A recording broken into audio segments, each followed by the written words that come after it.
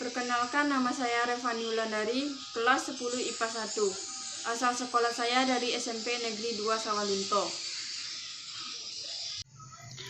Assalamualaikum warahmatullahi wabarakatuh.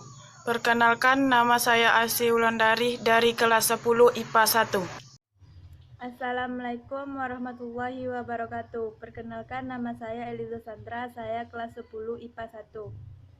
Assalamualaikum warahmatullahi wabarakatuh. Perkenalkan, nama saya Zinal Fitria, nama panggil Inel, saya kelas 10 IPA 1.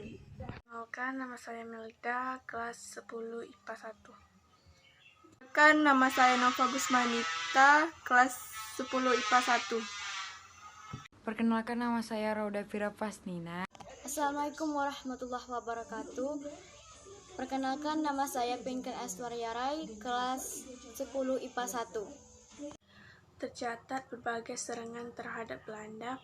Daerah kini yang dinamakan Siak, Indragiri Hilir, Indragiri Hulu, Rokan Hilir, Kampar, Kuansing, Bengkalis, Meranti, Dumai, Pelalawan, bahkan Pekanbaru, Monera, perlawanan demi perlawanan terhadap penjajah dan mengorbankan harta benda, juga daerah maupun air mata.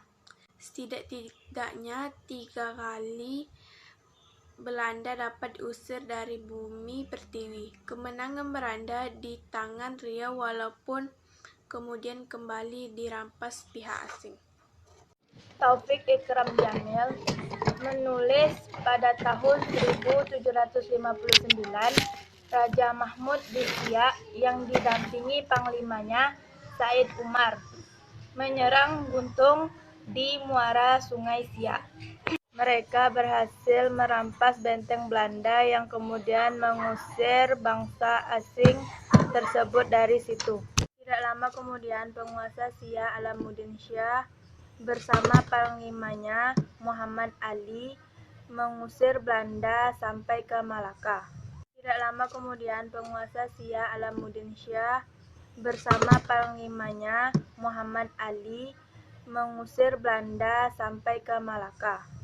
Tetapi sejak saat itu Siak merasa harus memindahkan ibu kotanya dari Mempura ke Senapelan karena terus saja dibayang-bayangi ketamakan Belanda. Kelak ibu kota kerajaan yang baru ini berkembang dan kemudian dikenal dengan nama Pekanbaru. Bersamaan, orang-orang Melayu Riau di kawasan Selat Malaka juga sibuk mengusir Belanda. Di antaranya di bawah pimpinan Raja Haji. Puncak terjadinya tahun 1782 dengan mengumpulkan orang-orang di pesisir timur Sumatera. Selain di Kepulauan Riau, meletuslah Perang Riau. Wilayah ini sempat bebas dari serang Belanda. Kemudian Raja Haji mengejar penjajah itu ke Melaka. Menurut sejarawan, kemenangan ini adalah kemenangan bangsa Asia Tenggara terhadap satu dari 4 bangsa di dunia. Di antara itu memiliki armada laut yaitu Belanda. Kemudian Raja Haji tewas dalam pertempuran di Melaka pada tahun 1784 Ibad. Pada waktu bersamaan, orang-orang Melayu Riau di kawasan Selat Malaka juga sibuk mengusir Belanda antara lain di bawah pimpinan Raja Haji. Puncaknya terjadi tahun 1782 dengan mengumpulkan orang-orang di pesisir timur Sumatera selain di Kepulauan Riau sendiri. Meletusnya Perang Riau, wilayah ini sempat bebas dari Belanda. Kemudian Raja Haji mengejar penjajah itu ke Malaka. Menurut sejarawan, kemenangan ini adalah kemenangan bangsa Asia Tenggara terhadap satu dari 4 bangsa dunia yang waktu itu memiliki armada laut terkuat, yakni Belanda.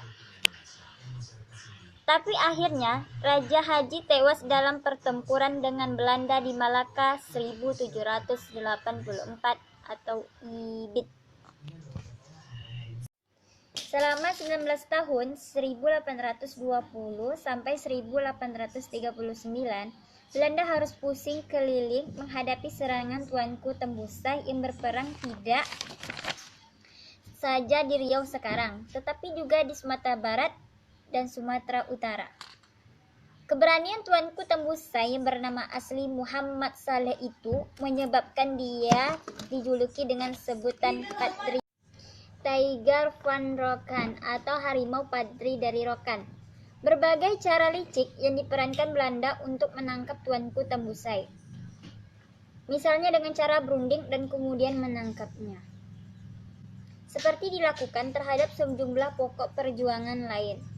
Tidak berhasil. Ia tidak mau diajak berunding karena tidak niat busuk Belanda sesungguhnya. Tapi karena memikirkan akan banyak warga yang bisa menjadi korban. Tuanku Tembusai meninggalkan Riau, menyeberangi Selat Malaka, kemudian menetap dan sampai wafat di negeri Sembilan, sekarang di Malaysia, Muklah. Satu persatu pasukan Belanda menaiki rumahnya, beradu senjata dengan Datuk Tambano. Tetapi satu persatu pula pasukan Belanda itu tewas. Setelah 10 orang pasukan Belanda tewas, rumah Datuk Tambano telah digenangi darah. Tetapi ia tidak mau menyerah, sehingga pasukan Belanda makin ganas, dan makin banyak pula mereka tewas berlumuran darah di dalam rumah Datuk Tambano. Baru pada orang ke-19, Datuk Tambano dapat diribukan. Darahnya bercucur di atas tikar rotan akibat tusukan bayonet musuh. Tetapi sebelum menghembuskan nafas, ia masih sempat menyambatkan pedang pada orang yang membunuhnya, sampai orang tersebut pun tewas. Sebelumnya, Belanda memang mengerahkan sekitar 1.000 pasukan untuk menyerang masyarakat Limokoto agar dapat membalas kekalahannya mereka, yang dipimpin oleh Datuk Tambano dan 3 datuk lainnya untuk menyerang Belanda. Pada waktu itu, hampir 250 orang pasukan Belanda tewas di tangan masyarakat Limokoto. Dalam pertempuran tersebut, Limokoto mengejutkan pasukan Belanda dengan kepintarannya. Bagaimana tidak? Untuk menyerang Limokoto, Belanda yang datang dari pangkalan yang kini yang disebut dengan Sumatera Barat harus melintasi Sungai Mahat yang mengalir ke Pulau Gadang. Masyarakat membangun benteng di sebuah bukit yang bernama Batu Dinding di dekat Rantau Berangin. Dari bukit inilah Limokoto menggelindingkan kayu dengan jumlah besar ke arah sungai yang dilewati oleh pasukan Belanda. Suwardi MSK menulis setelah menguasai Limokoto, Belanda menuju Teluk Kuantan melewati gunung sebagian lipat kain dan kutu. Tetapi dalam perjalanan ini mereka mendapatkan perlawanan masyarakat setempat, menewaskan ratusan pihak penjajah.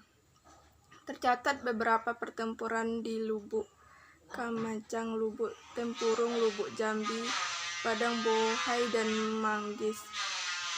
Belanda dapat menguasai Kuantan tahun 1905. Baiklah, di sini saya akan menjelaskan Sultan Zainal Abidin.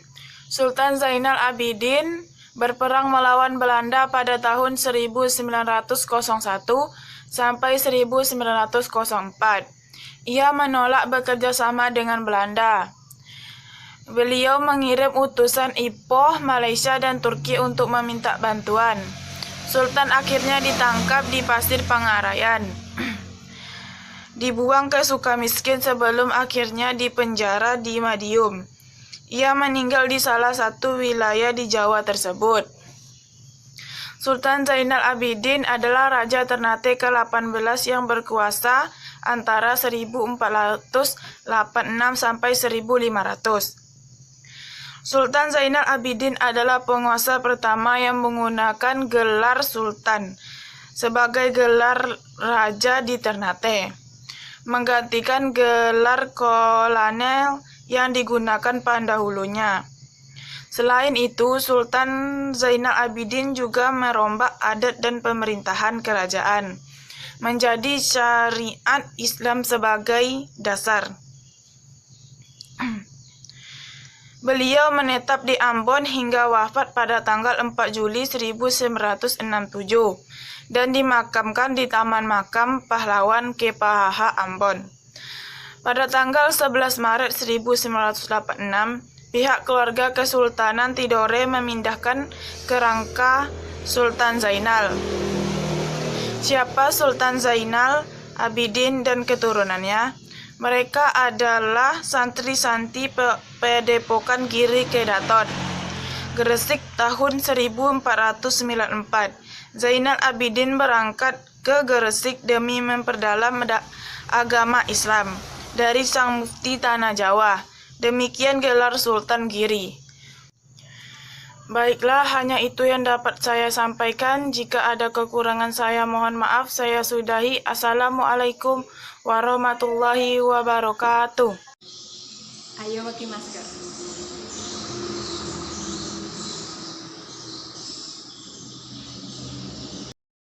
Ayo pakai masker. Ayo pakai masker. Ayo pakai masker dan ingat 3M, menjaga jarak, mencuci tangan dengan sabun, dan memakai masker. Ayo pakai masker. Ayo pakai masker.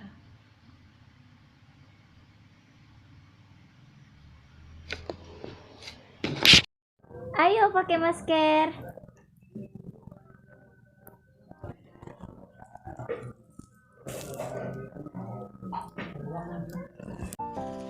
Ayo pakai masker.